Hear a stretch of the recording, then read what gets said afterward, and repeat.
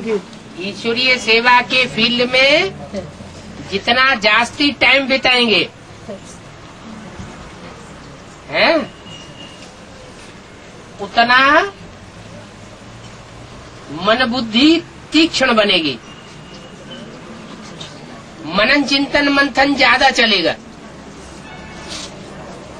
क्योंकि ये ईश्वरीय ज्ञान की शिफ्ट है।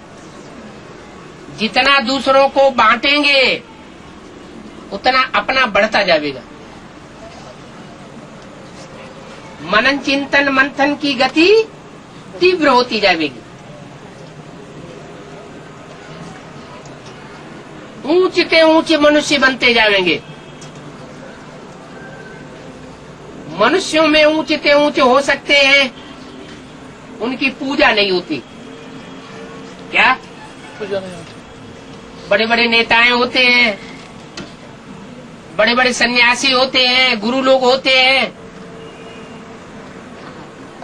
सुभाष चंद्र बोस, नेहरू जी, गांधी जी, उनकी पूजा नहीं होती है। वो मनुष्य हैं। विवेकानंद, महर्षि दयानंद, उनकी मंदिर बनाकर पूजा नहीं होती है। लेकिन मनुष्यों से भी ऊंची एक कैटेगरी है। मनुष्य तो मन का उपयोग करते हैं, मनन चिंतन मंथन करके पहले मनुष्य बने। मनु माने ब्रह्मा की औलाद बने, मनु की औलाद मनुष्य।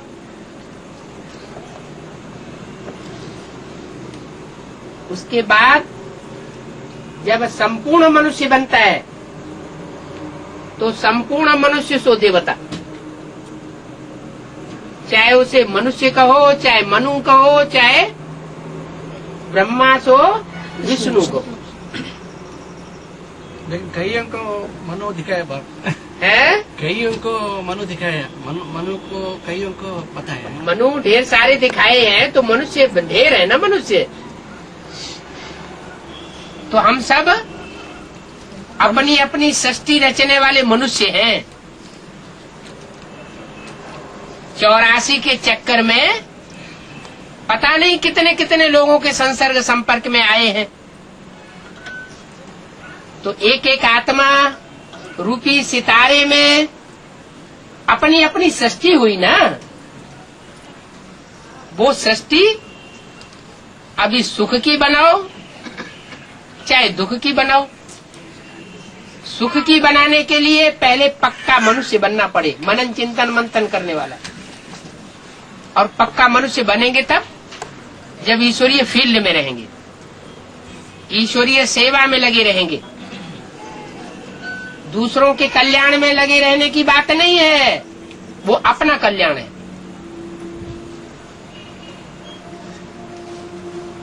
तो मनु में भी अव्वल नंबर होता है ना बाप, अव्वल नंबर का बच्चा बन।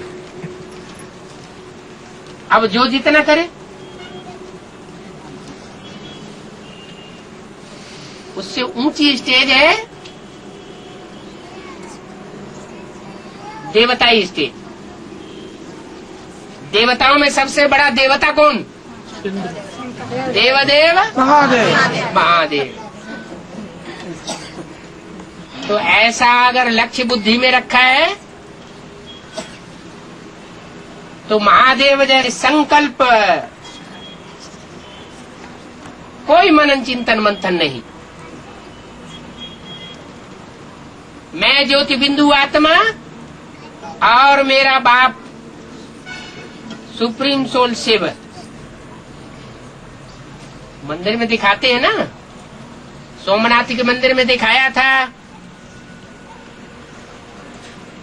लाल पत्थर का शिवलिंग था। लाल पत्थर इसलिए दिखाया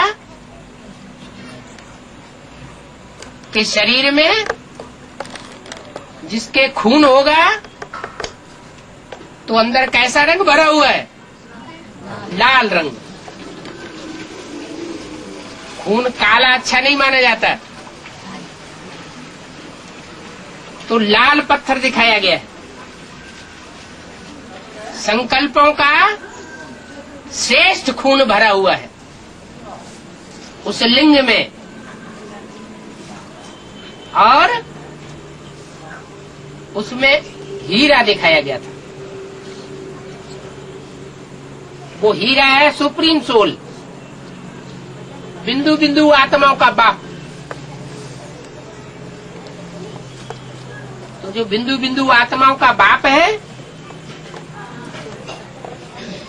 वो निराकार कहा जाता है। उसको कोई संकल्प विकल्प नहीं चलता। तो वो शांति धाम वासी शांति धाम की स्टेज पकड़नी पड़े। जब तक वो आत्मा मन बुद्धि रूपी शांत नहीं हुई है, सुख और दुख के संकल्प विकल्प जब तक चलते रहेंगे तब तक वो शांति धाम वापस नहीं जा सकती। और जब तक बाप के घर के बच्चे नहीं बनेंगे तब तक बाप का कहना है मैं तुम्हें स्वर्ग में नहीं भेजूंगा। निसंकल्प बनो। जैसे बाप की स्टेज निराकारी, निर्विकारी और निरहंकारी, ऐसी 3 स्टेज धारण करेंगे तो नंबरवार सत्युग त्रेता में देवता बन जाते। तो सेवा जरूर करनी चाहिए। यह भी आकार स्टेज की बात है। आकारी स्टेज है, मनन चिंतन मंथन की स्टेज से भी परे जाना है। तो डायरेक्ट हम निराकार बन सकते हैं ना बाबा, मनन चिंतन पहला चलना ही है। डायरेक्ट कोई आखिरी सीढ़ी भी चढ़ सकता है।